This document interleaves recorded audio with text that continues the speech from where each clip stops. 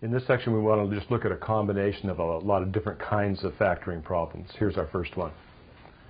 I have x squared minus 81. I have two terms. It's the difference of two squares, x squared and 81, which is 9 squared. So I know that's going to factor into the sum, x plus 9 times the difference, x minus 9. So the difference of two squares always factors into the sum times the difference. Our next problem here is x squared plus 49. That's the sum of two squares. The sum of two squares with real numbers never factors, so we call that a prime polynomial, meaning that it's factored down as far as it can go over the real numbers. So difference of two squares always factors. The sum of two squares never factors. Here's our next one. X cubed minus x squared. It's a difference of, well, one's a cube and one's a square. So now the first thing I want to do when I look at a factoring problem like this is look for a greatest common factor.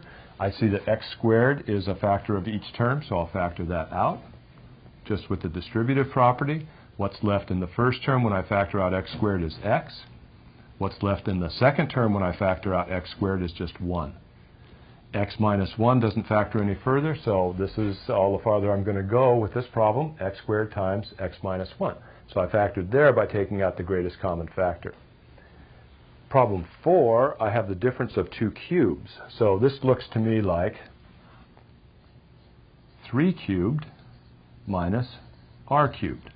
So the difference of two cubes always factors, as does the sum of two cubes. So to factor the difference of two cubes, I use my formula. I have 3 minus r. That's times the square of this, which is 9. Next, it's always a sign that differs from this one. And then I multiply these two together, 3r. And I always add on the square of the last term, r squared. So remember, when I factor the sum or difference of two cubes, I always use that formula which I've memorized. So if this seemed a little confusing to you, it's just simply because you haven't memorized the formula. Here's the next problem. Problem 5 is a trinomial. I notice that there's no greatest common factor other than 1 for these three terms. Trinomial, I'll try factoring by kind of my trial and error method. Let's try 3x and 4x, because 3x times 4x is 12x, and then my 2, if I put the 2 here and the 1 here, inside I have 8x, outside I have 3x. 8x plus 3x is going to give me 11x. I need a negative sign, so I'll make both of them negative. Let's check. 3x times 4x, 12x squared. Negative 2 times negative 1, positive 2. Inside is negative 8x. Outside is negative 3x. And sure enough, those two add up to negative 11x. So a trinomial, no greatest common factors other than 1, so I factor this by trial and error. The next problem is also a trinomial, but it has a greatest common factor. Let's take a look. I have 100x squared minus 100x minus 600.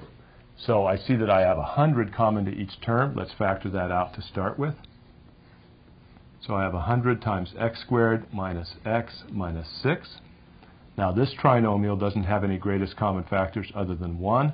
I'll factor it into the product of two binomials. Each of them has a first term of x, so that x times x is x squared. The last terms that go here need to multiply and give me negative 6 and add and give me negative 1. So I'm going to say, how about negative 3 and positive 2? Negative 3x inside. Outside is positive 2x. They add up to negative 1x, and negative 3 times positive 2 is negative 6. So here's the complete factorization of this trinomial.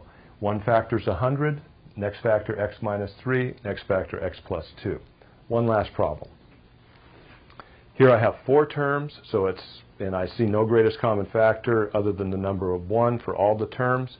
So this is the situation where I want to try to factor by grouping. So I'll group these first two together, and I'll take out whatever greatest common factor they have, which is x squared.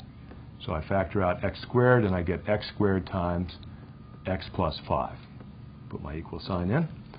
Now here, these two terms, I want to put those together. If I factor out a 9, which they have in common, I'll be left with minus x minus 5.